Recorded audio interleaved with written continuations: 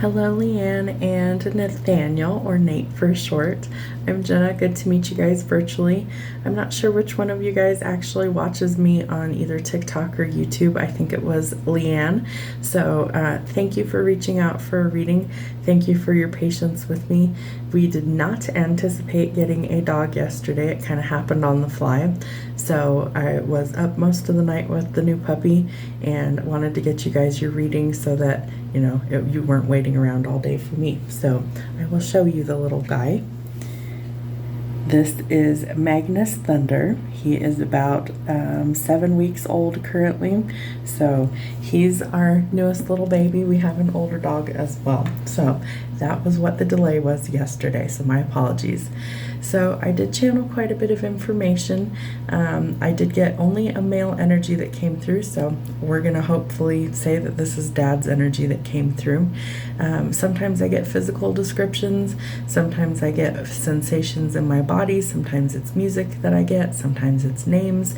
It's all sorts of things that I pick up. So when I channel, I don't filter anything. I just write everything down as I see it, feel it, or hear it, and hopefully something resonates for you. So I'm just kind of the vessel that they talk through, kind of like how a telephone works. You pick it up, somebody's on the other side, and you receive what's coming through. So that's how I work as a medium. I also do tarot. I'm an intuitive tarot reader, and all I do is I read based on my instincts. So I've learned the tarot, know what the cards mean, things like that, but I trust my instincts to tell me what's actually going on with someone. So those are the two things that I use the most. I did get quite a bit of information. You also get a copy of my notes, so those will be included with your link to view the video.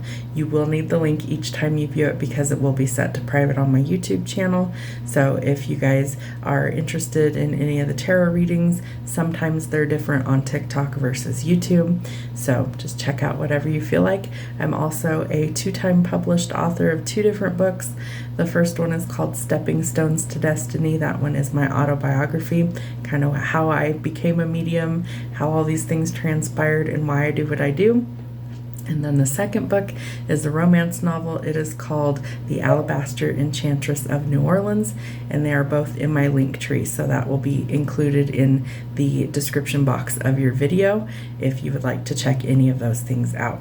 All right, so without further ado, so the first thing I picked up was a male that could be dealing with alcoholism. I don't know if this is how he passed or a contributing factor to it.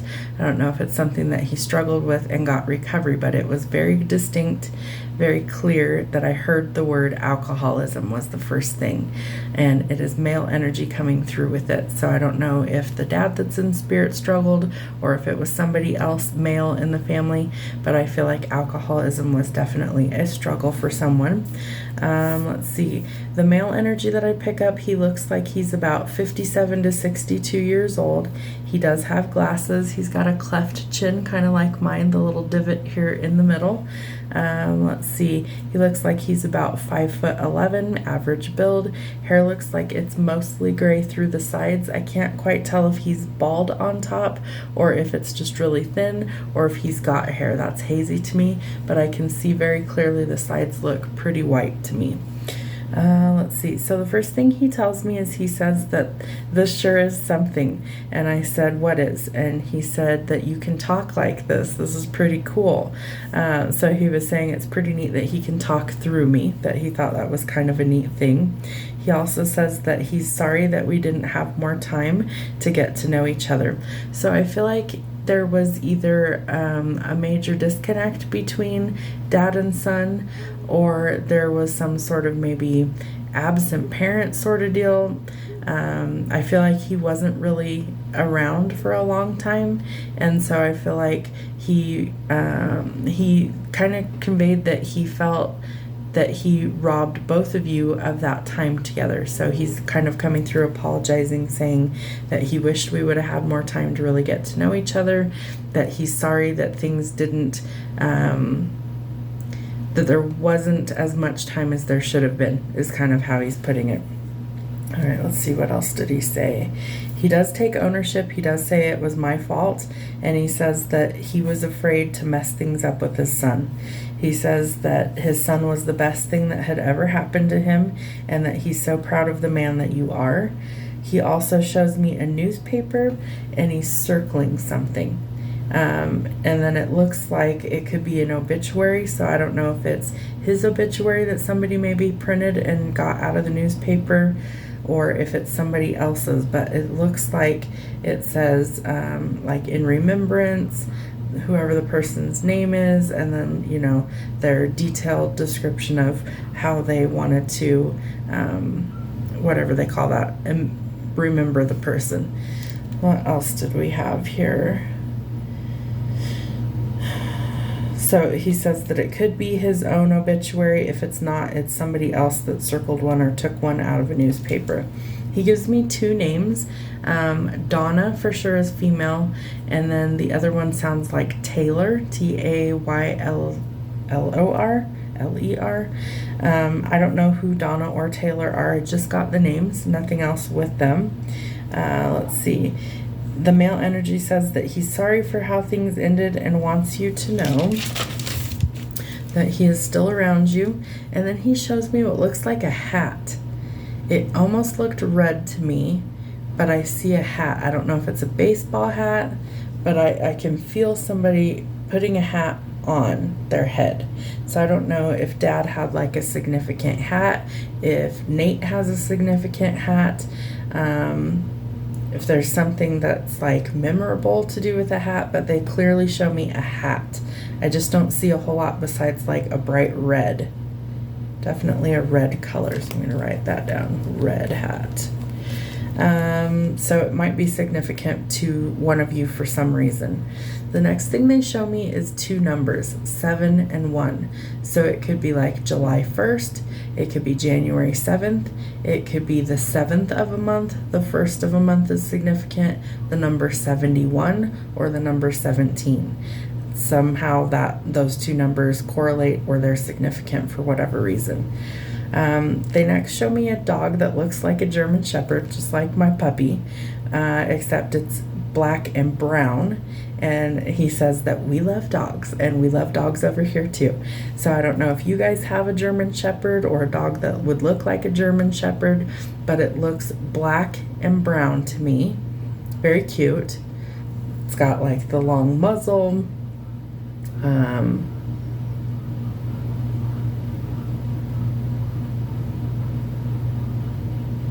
Yeah, specifically I can see the color and I can see like the dog's muzzle, his nose. Very cute. Okay. So Spirit wants you guys to look for any sort of synchronicities, or as people call them, coincidences. I don't believe in coincidence. I think Spirit really is trying to just communicate. And so part of not feeling so like disconnected from them once they pass and go into Spirit is that we have to be open to how they show us signs and symbols. And so some of the things that I've seen since like my mom passed away 4 years ago are things like hummingbirds, dragonflies, butterflies, any sort of winged creature. Birds are all like angel messengers, cardinals especially. So if there's something unusual that crosses your path like that, pay attention to it. It can be Spirit trying to get your attention. Anything that's super significant, a piece of music that reminds you of them, their favorite song that maybe starts playing out of nowhere, just anything that really would be like, that's unique. Feathers, coins, anything like that that could be in your path, but it shouldn't be, if that makes sense. So like, let's say you find a feather in your dining room, you don't have birds and you don't have anything with down feathers in it. Well, that's kind of unusual, right? But Spirit will find a way to connect with you should they need to. So one of the things I tell people in personal readings especially is if you are really wanting to connect with a loved one that's crossed over, talk to them just like they're living. They can still hear you. They know what's going on. They're able to see things. They're able to know things. And I'll give you an example from my own life. So several months ago, over the summer I think it was, I had a dream about my mom that's in Spirit, and I don't dream about her very often, and we don't channel her because that's not how it works for mediums. We don't channel our own members of our family. So in the dream, my mom was talking about going and picking my oldest son up from work, who's 25. He drives, all that stuff, so it was kind of weird. But in the dream, she gave me a piece of information that I thought was pretty insignificant. She said, tell him dinner is on the stove and remember to put the trash out. And so I thought, okay, you know, I'll tell him about the dream. Well, it wasn't significant to me, but the morning that I would have had the dream and woke up was his trash day, and he did forget to put the trash barrels out. So they know all the silly little things that are going on. So maybe it's, hey, you forgot to, you know, grab your keys this morning, or hey, don't forget your wallet, or, you know, watch out, go extra cautious in traffic so you avoid an accident. Just anything, you know, that could be significant to you guys. Pay attention to those little things.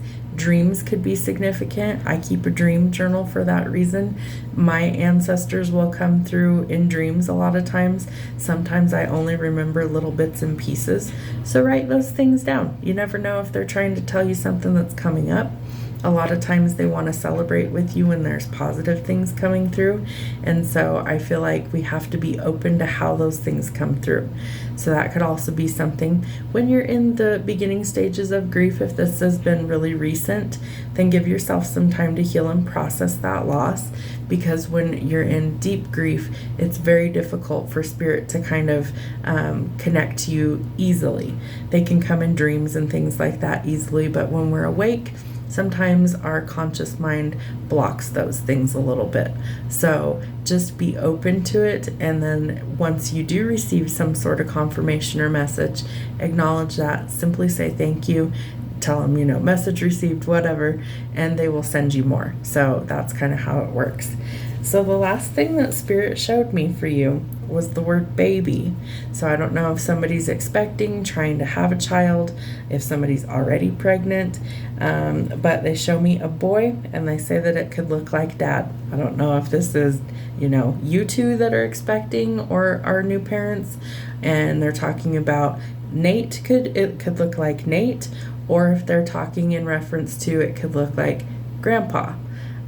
So there is a male child that it looks like is going to be coming in. I would say it's within the family, or it's somebody that feels like family, like a really close friend. So hopefully I didn't spill the beans. Spirit will always tell me stuff that's important. So if somebody is expecting, they're going to know before anybody else does. So it does look like it's a little boy. Maybe the birth date is going to be like July 1st or January. I don't know, but dates are sometimes really significant in my readings. So I always tell people my readings are good for a full calendar year. So if all of this stuff and you're like, none of that resonates, it hasn't happened, okay, then this is predictive. And so I try and make that clear to people. It's like, it may not happen yet. A lot of it is very predictive in nature. I've had several people that I've read for, they're like, I don't know what she's talking about. And then they'll shoot me an email several months later, like, I don't know how you knew that. That was like 6 months ago, but all of it's happened. I don't, but Spirit does. So that's just kind of how it works for me. So if you guys have any questions for me, hopefully something resonates in here. I do feel like Dad is very much around. I feel like, especially if you guys are trying to start a family or you're expecting, I feel like there is a male child that he's going to be quite close to. I also get the sense that he will know this child before it incarnates into our physical realm, and that he's also saying that he will watch it like a hawk. So hawks might be significant for you guys as well. He's showing me a small little boy with brown hair. His eyes look light blue to me. Brown hair and blue eyes. And he also looks like he has the little cleft or dimple in his cheek. I'm going to write that down. So baby, boy, brown hair, blue eyes. Okay. So if that is the case and you guys find out you are expecting, if you find out that after the fact it does look like what I described, I would love to know. I love to celebrate positive things. So thank you guys again for your patience. I hope something sincerely resonates for you. Please know that Spirit is always with us. Just talk to them like they're still around. They will find ways to communicate with you. And even if you think it's like, oh, that couldn't be them, it usually is.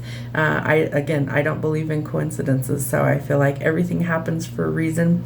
It's always in divine timing, which is the best timing. It happens exactly like it needs to. So just be patient. Please give yourself some time to grieve and to heal your loss.